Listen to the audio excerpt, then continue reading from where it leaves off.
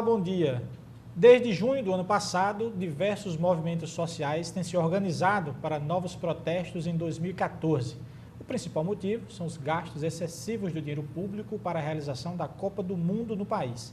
Investimentos estes que poderiam ir para a saúde, educação e segurança, melhorando assim a vida da população. Por isso, os movimentos sociais declararam que na Copa vai ter luta. E o Diálogo Plural de hoje vai falar sobre o assunto com a presença de Juari Chagas, que é representante da CSP com Lutas no Rio Grande do Norte, e com Ismael Martiniano, que é coordenador de administração do Sinteste RN. Bom dia, Juari. Bom dia, Rebouças. Não, Rebouças é o coordenador geral. Bom dia, Ismael Martiniano. Bom dia. Bom dia. Juari, na Copa vai ter luta? Nós não temos nenhuma dúvida que na Copa vai ter luta. Inclusive, desde junho de 2013, as grandes manifestações que lutaram inicialmente a partir da reivindicação pela redução do preço do transporte e que conquistou vitórias, vem demonstrando aí ao longo desse período que os trabalhadores, que a juventude não deixou de lutar. Agora, recentemente, no início de 2014, nós tivemos a greve dos garis, a greve dos operários do Comperj, tivemos também a greve dos rodoviários do Rio Grande do Sul, e agora uma série de movimentos, um conjunto de organizações estão se mobilizando para, durante esse período de Copa do Mundo, reivindicar os direitos dos trabalhadores e da juventude. Nós achamos que esse período, apesar da Copa do Mundo, apesar das eleições no segundo semestre, é um período propício porque os trabalhadores e a juventude estão dispostos a lutar, estão mais confiantes nas suas próprias forças.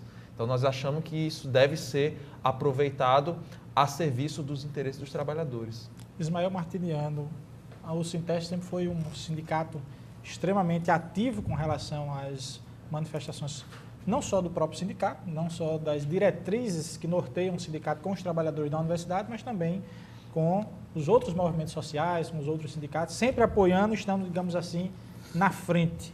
Como é que você acha que foram as movimentações de 2013 e esse ano o Sinteste está apoiando, está buscando realmente buscar esse apoio para que na Copa tenha luta? Com certeza. O Sinteste, desde sua criação, que ele sempre atuou nas lutas específicas da sua categoria, como também em todas as lutas gerais que têm acontecido a nível de Estado, né? E de Brasil também, né? Então, o Sinteste ele não poderia jamais estar fora em nenhum momento dessas lutas que vão acontecer, que vêm acontecendo e que vão acontecer. Com certeza, o Sinteste é uma das entidades que está saindo à frente, vamos dizer assim, dessas lutas, né? Contribuindo da melhor forma possível, politicamente, estruturalmente, da forma que é preciso. O Sinteste está lá nas lutas, porque entende que as lutas só terão sucesso se for coletiva, se for com todos, né? Não é isolado que a gente vai conseguir nada. Juari, quais são as entidades que estão participando desses grandes movimentos sociais, mas especificamente há algumas a mais que estão participando? O sindicato, o Sinteste, outros sindicatos estão envolvidos nessa luta? Sim. Na verdade, esse encontro que vai ocorrer no dia 10 de maio, o encontro regional na Copa vai ter luta, ele é a reedição de um encontro nacional que foi feito no dia 22 de março em São Paulo, que reuniu várias organizações.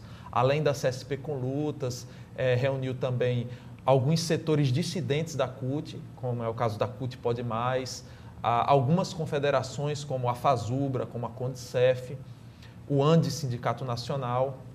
E aqui no Rio Grande do Norte, assim como em outros estados do país, estão sendo realizados encontros e plenárias regionais. Aqui nós contamos com a participação da CSP com Lutas, do Sindsaúde, do Sinteste, também com os companheiros da Intersindical, de modo que existe uma série de entidades aí que estão dispostas a construir esse encontro para que ele seja um pontapé para organizar um plano de lutas e um calendário de mobilizações que leve o conjunto dos movimentos a participar dessas mobilizações nacionais, que vão ocorrer em outras cidades e aqui em Natal também não vai ser diferente. Juari foi um contrassenso, digamos assim, os gastos que foram colocados para a construção dos estados, em detrimento que nós tivemos greve na saúde, estamos com greves aí espalhadas por todo o país com relação aos servidores, e a gente vê a precariedade, que sempre sai na mídia, a precariedade da saúde. é esse contrassenso e quanto custou esse contrassenso? Sim, é um contrassenso sem dúvida nenhuma. Acho que um país como o Brasil, em que a educação totalmente sucateada, saúde totalmente sucateada, transporte de péssima qualidade, não pode ser que um torneio de futebol que dura um mês gaste mais de 30 bilhões, enquanto todas essas áreas sociais aí estão abandonadas por todos os governos, né? Desde os governos municipais, passando pelo governo estadual, até o governo federal, o governo Dilma do PT. Então, esses gastos eles são absurdos. Aqui no Rio Grande do Norte existe ainda um elemento a mais, né, que é o fato de que esse estádio Arena das Dunas ele é absolutamente desnecessário para a cidade e para o Rio Grande do Norte. Não pode ser que um estado como o Rio Grande do Norte, né, com o futebol que nós temos, que são poucos times, tenhamos 2 estádios de futebol, um estádio com esse grau de luxuosidade, em que vai ser gasto aí aproximadamente 1,2 bilhão somente nesse estádio de dinheiro público, através das PPPs, enquanto isso, a saúde absolutamente sucateada, as pessoas morrendo no Alfredo Gugel, a educação caindo aos pedaços, os profissionais da educação estão em greve nesse momento no município, e também o transporte. Para vocês terem uma ideia do que significa esses gastos, nós fizemos um levantamento, houve no ano passado a luta pelo passe livre. O passe livre, ele custaria anualmente cerca de 34 milhões. Cerca de 34 milhões. Com o dinheiro gasto no Arena das Dunas, seria possível nós garantirmos passe livre, ou seja, gratuidade no transporte para todos os estudantes, seja de ensino básico, ensino fundamental, seja estudantes universitários, durante 35 anos. Então, isso mostra, e se nós fôssemos perguntar às pessoas se elas querem um melhor transporte, se elas querem o passe livre ou se preferem esse estádio, nós não temos nenhuma dúvida que as pessoas prefeririam isso. Mas a grande questão é que os governos que querem a realização desses jogos, eles estão a serviço de atender os interesses das grandes empreiteiras, das grandes multinacionais. Juarez, você falou coisa extremamente importante aí com relação a perguntar à população com relação aos gastos excessivos da Copa. Você não acha que faltou até talvez da própria parte sindical ou a população realmente não tem essa consciência de que se relaciona uma coisa com a outra e o benefício para a população seria muito maior com o investimento para a população? Falta um pouco de comunicação com relação a isso, de mostrar ao cidadão que é mais importante ele ter gratuidade por 35 anos do que ter um estádio? Eu acho que nós partimos de uma realidade que é uma realidade muito difícil, né? Os grandes meios de comunicação, eles estão a serviço dos interesses dos empresários e também a serviço das políticas dos governos, que são aliados desses empresários, porque esses empresários são quem financiam suas campanhas. E isso em todos os níveis, no governo municipal, no governo estadual, no governo federal do PT.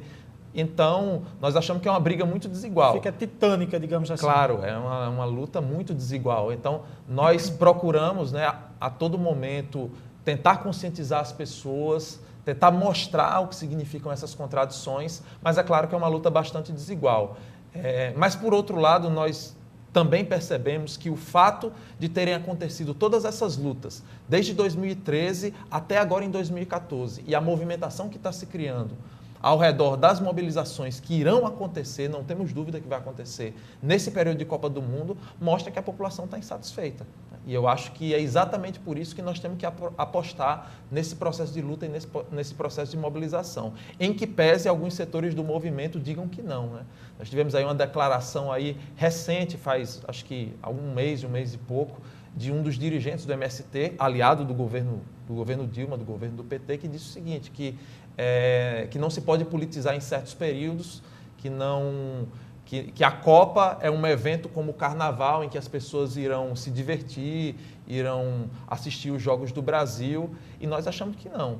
Nós achamos que as pessoas, evidentemente, irão assistir o Jogo do Brasil, mas nós achamos também que os trabalhadores e a juventude irão aproveitar esse momento para fazer as lutas e as mobilizações, né? Inclusive a greve dos garis, que foi realizada aí durante o Carnaval, que arrancou uma vitória esplêndida mostrou que nesses períodos também é possível fazer luta. Acho que não teria palco melhor para ensinar um espetáculo da realidade do Brasil que não seja a Copa do Mundo. Agora a gente vai para um pequeno intervalo. Eu deixo a perguntinha até para o Ismael, que está bem caladinho aqui no nosso programa, mas vai responder. Ismael, esses gastos excessivos com a Copa, a categoria dos técnicos administrativos estão em greve junto com a universidade e vê também esse contrassenso. O governo não querendo negociar, gastando muito com o supérfluo, digamos assim, e não oferecendo nada aos servidores. Ismael responde isso no próximo bloco. Nós voltamos em 30 segundos, não sai daí.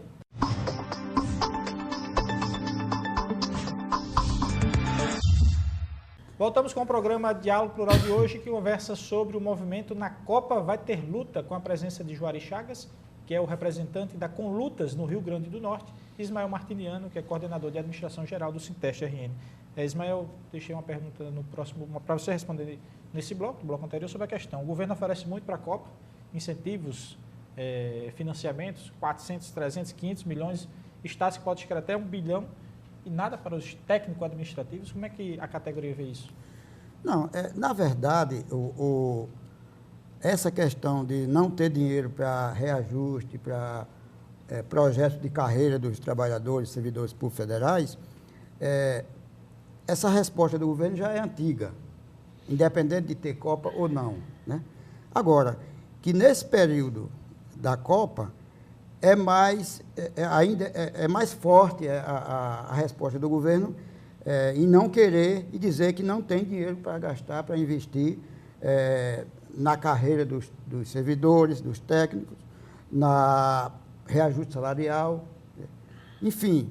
De forma alguma, o governo quer gastar nada com o servidor nesse período, quando está gastando o que não devia gastar com a Copa do Mundo. Está investindo em concreto e não investe no pessoal. Exato.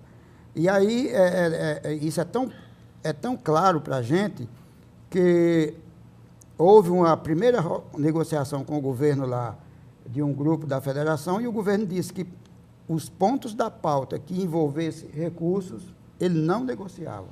Estava fora. Então, está dizendo claramente que ele não quer gastar um centavo com ninguém e para a Copa do Mundo, para embolsar, jogar dinheiro no bolso da FIFA, né, nos cofres da FIFA, de 500 bilhões acima já está garantido, né?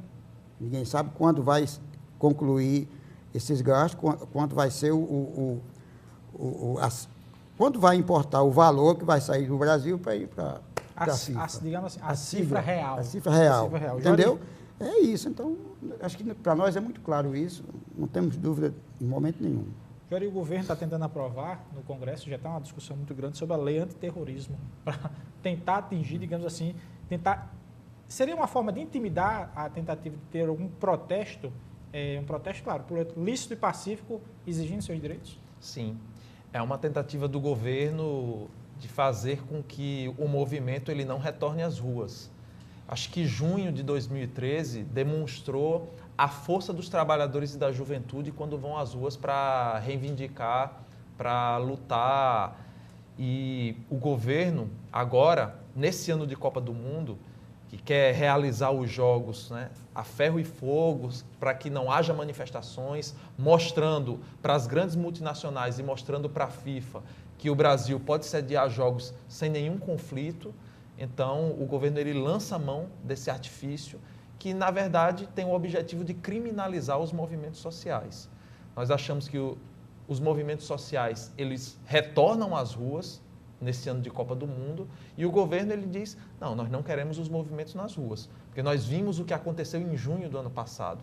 Então, o que há hoje no Brasil é uma escalada de criminalização dos movimentos, dos ativistas, que passam a ser enquadrados, inclusive, em crimes de formação de quadrilha, quando, na verdade, os grandes corruptos do país, eles não são presos, não são criminalizados, e agora o governo ele tenta mover aí todo o seu aparato de repressão para tentar sufocar e tentar acabar com o movimento, né? Nós achamos que, além dessas manifestações da Copa do Mundo, é necessário aí cercar de solidariedade o conjunto das organizações, o conjunto dos ativistas, porque nós não podemos permitir que os movimentos sociais eles sejam criminalizados. Inclusive, e contraditoriamente, num ano em que fazem 50 anos do golpe militar e num governo que é presidido por uma presidente que foi foi atacada, que foi perseguida, que foi presa, né? E que hoje está do outro lado, né? Hoje está criminalizando os movimentos sociais. Então nós achamos que temos que exigir do governo que não criminalize os movimentos, temos que denunciá-lo por isso, né? E exigir que todos os ativistas, todas as organizações, elas não sejam criminalizadas por fazer aquilo que é o seu propósito, né? Que é reivindicar, que é ir às ruas para lutar pelos direitos dos trabalhadores e da juventude. Essa questão a gente vê que as grandes manifestações foram todas pacíficas no ano passado. E teve um grupo, os Black Blocs, né, que se colocaram lá, que teve algumas situações. Essa ideologia desse grupo é um dos que faz com que até às vezes a sociedade em si vai contra as manifestações por esse grupo isolado. É um grupo isolado? Que ideologia se traz esse grupo? Eu acho que, em primeiro lugar, é importante a gente destacar, ao contrário do que diz a grande imprensa e da forma como os governos e a repressão tratam esses grupos, é que eles não se tratam de vândalos. Né? Eles não são vândalos. O que eles são jovens que, como nós que estamos nas ruas reivindicando, lutando por nossos direitos, eles também têm um ódio contra essa sociedade que é excludente, eles querem lutar por melhorias, mas eles utilizam uma tática que é equivocada, que é uma tática que joga a população contra os protestos, que nós achamos que isso não ajuda as mobilizações, porque não ajuda a aglutinar o conjunto dos trabalhadores a ser ganhos para o processo de mobilização nesse momento. Então, nós achamos que é uma tática equivocada. E, por outro lado, os governos e a repressão se utilizam desses grupos. De uma minoria. Se utilizam das táticas isoladas desse grupo para tentar dizimar todo o movimento. Então, nós achamos que é uma tática equivocada, porque, na verdade, ajuda a repressão e ajuda a polícia a acabar com todo o movimento, a encontrar argumentos, porque a polícia não precisa de nenhum argumento para coibir manifestação. Já fazem isso todos os dias nas greves, nas manifestações mais contundentes, mas eles dão o argumento para a polícia aplastrar e agir contra todo o movimento, né? Então, nós achamos que é uma tática equivocada, mas também não podemos aceitar que esses movimentos eles sejam criminalizados de forma nenhuma, né? Porque também a criminalização deles é uma criminalização que há ao conjunto dos movimentos sociais, né? Mas, por outro lado, polemizamos claramente, mostrando que essa tática é uma tática que, nesse momento, é absolutamente equivocada, né? E com a aprovação dessa lei antiterrorista que a gente vem falando, será que a polícia teria condições de diferenciar quem é manifestante, quem é vândalo? Ou você acha que a polícia, despreparada como está, com a segurança que o Brasil vive, vai se tornar, digamos assim, uma bola de neve e poderá trazer um prejuízo ainda maior? Bom, na verdade, essa questão do despreparo da polícia é uma questão que é absolutamente relativa. A polícia, no Brasil, que ela tem ainda um traço do militarismo da época da ditadura militar, ela é bastante preparada para reprimir os movimentos. Sabe reprimir. Ela sabe reprimir os movimentos. Bate e depois pergunta. Exatamente. Então, ela é treinada para isso. A polícia militar, na verdade, ela tem essa característica, porque para que serve o exército? Para que serve as forças militares? Elas servem para guerrear. Então, a polícia militar, ela é treinada para guerrear. E ela é treinada para guerrear contra os movimentos sociais. Então, elas são muito bem treinadas para isso. E vão cumprir esse papel nesse momento. O governo, inclusive, está investindo, né, em mais aparato de repressão. E nós achamos que isso mostra qual é o caráter dessa política e quais são os objetivos do governo em tentar reprimir esse movimento. Nós achamos que está na ordem do dia a reivindicação de desmilitarização da polícia. Isso é absolutamente urgente. Tem que pôr fim a essa tropa de choque que serve para reprimir os movimentos sociais, enquanto que a gente vê aí os serviços que deveriam ser prestados à população, os supostos serviços de segurança pública, para abrir BO, para fazer com que as comunidades elas tenham segurança de fato, nada disso funciona. Nada disso da polícia funciona. Agora, o aparato de repressão aos movimentos sociais, esse sim funciona muito bem. Então, nós achamos que tem que desmilitarizar a polícia, tem que acabar com a tropa de choque e achamos também que a polícia ela tem que ser uma polícia que seja cidadã. Que de fato seja popular, seja uma polícia em que os representantes sejam eleitos pela população, porque é a população que sabe quais são os seus problemas de segurança, e, enfim, ela seja controlada pela população. Porque da forma como está hoje, ela é controlada pelos governos, ela é controlada pelos representantes políticos que têm interesses econômicos vinculados aos grandes empresários. Então, tratam os grandes empresários de uma forma e tratam os movimentos sociais de outra forma completamente diferente. Na nossa opinião, a questão da desmilitarização da polícia é uma reivindicação importantíssima e atual. É uma certeza que a polícia não iria tratar uma passeata de empresários igual que trataria uma passeata de trabalhadores. O Diálogo Rural vai para um pequeno intervalo e volta daqui a um minuto, não sai daí.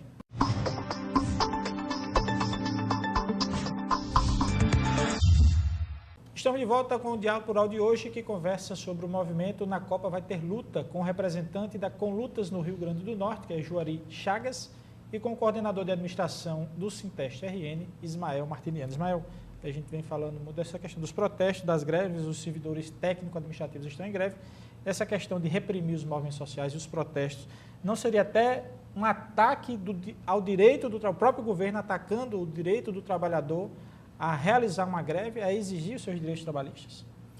Isso na prática já vem acontecendo, não é de agora que ele está querendo, ele já vem fazendo isso, inclusive não só o governo federal, como os demais, estadual e municipal, né? Estão judicializando as greves, os movimentos grevistas dos trabalhadores, né? Só que eu tenho o prazer de dizer isso, que eles não tiveram sucesso até agora. A exemplo da greve daqui que foi judicializada, onde eles tiveram o direito de cortar o ponto, descontar o salário e tiveram que devolver, porque acho que não foi suficiente para eles o argumento que eles apresentaram para a justiça, para judicializar a greve, né, que tiveram que voltar atrás, a mando da própria justiça, de apontar os dias que cortaram e devolver o dinheiro, né? Então, isso mostra que a judicialização dos movimentos grevistas dos trabalhadores, eles já vem acontecendo, mas eles não estão tendo sucesso nisso, né? Não estão tendo. E acredito que não vão ter mais daqui para frente, porque os trabalhadores estão mudando a tática também. Quando a greve é judicializada, os trabalhadores atacam ainda mais, né? A exemplo dos garis de São Paulo, onde foi anunciada demissão de quase... Do Rio de Janeiro. Do Rio de Janeiro. E eles tiveram que, de imediato, retirar tudo isso e, inclusive, atender a pauta que eles estavam exigindo, né? Então, eu acho que eles vão talvez continuar atacando os trabalhadores, reprimindo, usando a repressão contra a sociedade, contra os trabalhadores, contra o povo na rua, nas movimentações gerais. Mas nas greves específicas, eles não vão ter... Não vão conseguir. Não vão conseguir atacar a gente de fato, né? Juari, a FIFA parece que está mandando no país, mudou lei, mudou Constituição, está tendo isenção de imposto por aí. Como é que fica? O Brasil hoje poderia se mostrar como FIFA, República da FIFA, para que eles possam, por interesses particulares? A FIFA tem feito isso em todos os países em que são realizados jogos de Copa do Mundo, né? O que mostra que a FIFA ela é uma entidade que se apresenta como uma federação para organizar um grande torneio de futebol que é a Copa do Mundo, mas, na verdade, é uma organização com interesses imperialistas que são absolutamente claros. As relações que a FIFA mantém com grandes empresas multinacionais que dominam ramos da economia mundo afora mostra exatamente isso. O poder da FIFA vem da relação que ela mantém com essas multinacionais. E é exatamente por isso que ela consegue impor ao conjunto dos países esses ditames, novas regras, isenções fiscais, restrições de comercialização de produtos, que só podem ser comercializados produtos daquelas empresas que são indicadas... Que patrocinam os jogos. Então, é uma intervenção imperialista, né, que é realizada em praticamente todos os países em que são realizados os jogos. E acho que é importante destacar isso, o papel de subserviência do governo federal. Né? O papel de subserviência do governo federal, do governo do PT, que simplesmente aceita isso, evidentemente que tem a ver com as relações que o PT mantém hoje com o sistema financeiro, com as organizações do sistema financeiro, com as grandes multinacionais, e que por isso agora vão realizar esses jogos, né, diante de todo esse esquema com a FIFA e com o conjunto de todas essas empresas aí que vêm aqui no Brasil para lucrar muito, né, mas que não vão deixar nenhum legado. Aliás, o legado que vão deixar é esse legado de construção de grandes obras que vão servir aí durante um tempo, para o período dos Jogos, e que depois ficarão subutilizadas. Enquanto isso, o nosso país continua padecendo de falta de educação, falta de saúde, falta de transporte de qualidade. Yuri, os movimentos sociais que estão realizando esse ato, né, e na Copa vai ter luta, não vai poder, digamos assim, dizer depois que disse, eu não te disse. Né? Quando as pessoas dizem, as pessoas às vezes se perdem com o brilhantismo da coisa e depois dizem, eu pensava que não era assim. Não vai deixar de ter esse aviso. Não vai deixar de ter esse aviso, né? Apesar de que existe um setor do movimento que está atuando justamente em sentido contrário. Infelizmente, eu acho que é preciso que também se diga isso. Algumas entidades que são ligadas ao governo, que fazem uma defesa política do governo, estão tentando canalizar todo esse sentimento de que é importante construir as lutas para um outro caminho e tentar evitar que as lutas aconteçam nesse período de Copa do Mundo, né? É o caso da CUT, da Central Única dos Trabalhadores, e de outras organizações aí, o próprio PT, outras organizações como a Consulta Popular, que estão chamando um plebiscito em defesa de uma reforma política, né, que na verdade é uma tentativa de canalizar essas mobilizações que estão acontecendo e que irão acontecer na Copa do Mundo para o terreno da institucionalidade, para tentar aí construir um apoio ao governo justamente nesse momento em que existe todo um setor que está disposto a se mobilizar. Nós entendemos que as organizações que poderiam estar cumprindo um papel ativo nessa mobilização, mas que estão agora com esse mote da reforma política, do plebiscito pela reforma política, defendendo o governo, nós achamos que é um equívoco completo e absoluto, né? Então, infelizmente, existe isso também dentro do movimento, mas também existe esse setor, né, a CSP com luta, junto com o conjunto dessas outras entidades que estão dispostas a fazer luta, né? E nós vamos tentar aí, apesar dos pesares, né, apesar desses setores do movimento estarem fazendo isso, nós vamos tentar aí construir essa mobilização justamente para tentar mostrar para a sociedade, para os trabalhadores que, em primeiro lugar, é possível mobilizar e é possível conquistar, mesmo com a Copa do Mundo. Yuri, nós temos 30 segundos para terminar o nosso programa. A pergunta também é, pós-Copa ainda vai ter luta? Também pós-Copa ainda vai ter luta. Na verdade, enquanto existir uma sociedade como essa que nós vivemos, a sociedade capitalista, que é uma sociedade que explora os trabalhadores, em que uma minoria se apropria da riqueza que é produzida, vai existir luta. Podem existir períodos que tenham mais luta, menos luta, mas a luta vai continuar existindo. Enquanto essa sociedade não for superada, as lutas vão continuar existindo. E nós apostamos nisso.